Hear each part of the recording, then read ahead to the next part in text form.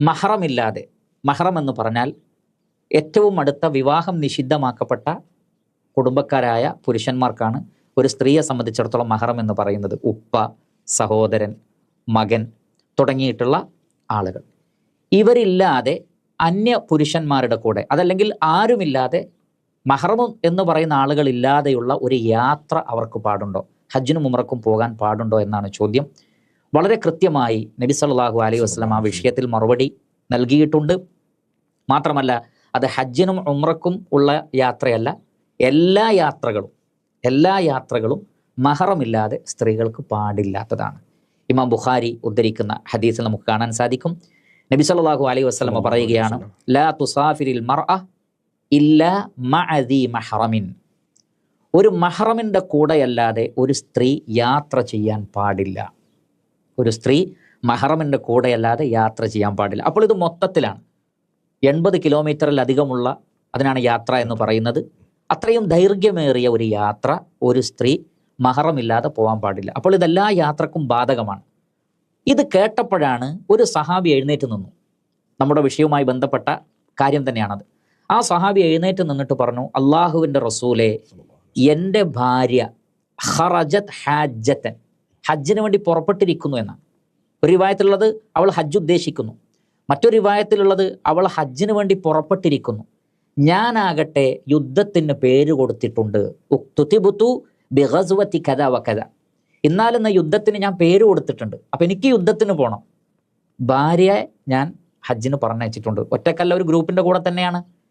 അപ്പോൾ നബി സല്ലല്ലാഹു അലൈഹി വസല്ലം പറഞ്ഞത്, ഇർജി ഫഹുജ്ജ മഅ ഇംറഅതിക്, മടങ്ങിപ്പോയിക്കോ, എന്നിട്ട് ഭാര്യയുടെ കൂടെ ഹജ്ജ് ചെയ്തോ എന്നാണ് പറഞ്ഞത്. അപ്പോൾ യുദ്ധത്തിന് പേര് കൊടുത്തിട്ട് പോലും അദ്ദേഹത്തോട് അതിൽ നിന്ന് പേര് വെട്ടിയിട്ട് ഭാര്യയുടെ കൂടെ പോവാനാണ് പറഞ്ഞത്. നബി സല്ലല്ലാഹു അലൈഹി വസല്ലം ഒരിക്കലും ചോദിച്ചില്ല ഉത്തരവാദിത്തപ്പെട്ട വേറെ ആരെങ്കിലും ഉണ്ടോ, അല്ലെങ്കിൽ സേഫ്റ്റി ഉണ്ടോ, അങ്ങനെയൊക്കെ ഉണ്ടെങ്കിൽ താങ്കൾ പോകണമെന്നില്ല എന്ന് പറഞ്ഞിട്ടില്ല. മറിച്ച് മഹറമില്ലെങ്കിൽ തന്നെ പോകാൻ പാടില്ല എന്ന ഒരു കാര്യമാണ് നബി സല്ലല്ലാഹു അലൈഹി വസല്ലം പഠിപ്പിച്ചിട്ടുള്ളത്. ധാരാളം ഹദീസുകളിൽ നിന്ന് അത് വ്യക്തമായിട്ടുള്ള കാര്യമാണ്. അതുകൊണ്ട് ഒരു മഹറമില്ലാതെ സ്ത്രീ യാത്ര ചെയ്യാൻ പാടില്ല, അത് ഉംറയാണെങ്കിലും ഹജ്ജാണെങ്കിലും എന്നാണ് നമുക്ക് മനസ്സിലാക്കാൻ സാധിക്കുന്നത്. അപ്പോൾ ഇതിനോടനുബന്ധിച്ച് ഒരു ചോദ്യം കൂടി ചോദിക്കാനുണ്ട്. ഇപ്പോൾ മഹറമില്ലാതെ നിരവധി ആൾക്കാർ ഹജ്ജിന് പോകുന്നതായിട്ട് നമുക്ക് കാണാം. അപ്പോൾ അവരുടെ വിധി എന്താണ്? മാഷാ അല്ലാഹ്, അവരുടെ ഹജ്ജ് ഉംറ അത് സ്വീകരിക്കപ്പെടും, അത് മറ്റൊരു വിഷയമാണ്. ഹജ്ജും ഉംറയും സ്വീകരിക്കപ്പെടും. പക്ഷേ അവർ അപ്രകാരം മഹറമില്ലാതെ യാത്ര ചെയ്തതിൻ്റെ പേരിൽ അവരുടെ മേൽ കുറ്റമുണ്ടാകും. അവർ തൗബ ചെയ്യുകയാണ് വേണ്ടത്. ചില പണ്ഡിതന്മാരൊക്കെ വളരെ സേഫായിട്ടുള്ളൊരവസ്ഥയുണ്ടെങ്കിൽ, അതേപോലെ തന്നെ പ്രായം പരിഗണിച്ച്, യുവതികളല്ല പ്രായം ചെന്നവരാണ്, അവർക്ക് പ്രത്യേകിച്ചൊരു പ്രയാസമൊന്നും ഉണ്ടാവില്ല.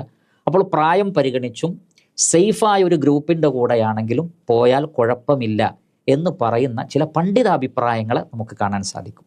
എന്നാൽ ഏറ്റവും സൂക്ഷ്മമായിട്ടുള്ളത് പ്രവാചകൻ സല്ലല്ലാഹു അലൈഹി വസല്ലം പറഞ്ഞിടത്ത് നിൽക്കലാണ്. അള്ളാഹുവിൻ്റെ റസൂൽ ഇത്തരത്തിലുള്ള വിശദീകരണങ്ങളിലേക്ക് അള്ളാഹുവിൻ്റെ റസൂൽ പോയിട്ടില്ല. മാത്രമല്ല നമുക്കൊക്കെ അറിയാം, മഹറമില്ലാതെ അങ്ങനെ യാത്ര ചെയ്യുമ്പോൾ ഒരു സ്ത്രീക്ക് പല നിലക്കുമുള്ള ബുദ്ധിമുട്ടുകൾ യാത്രയിൽ ഉണ്ടാകാം. പ്രത്യേകിച്ച് ഹജ്ജ് പോലെ ഉംറ പോലെയുള്ള യാത്രയിൽ ധാരാളം അന്യപുരുഷന്മാരായ ആളുകളുള്ള സന്ദർഭങ്ങളുണ്ട്.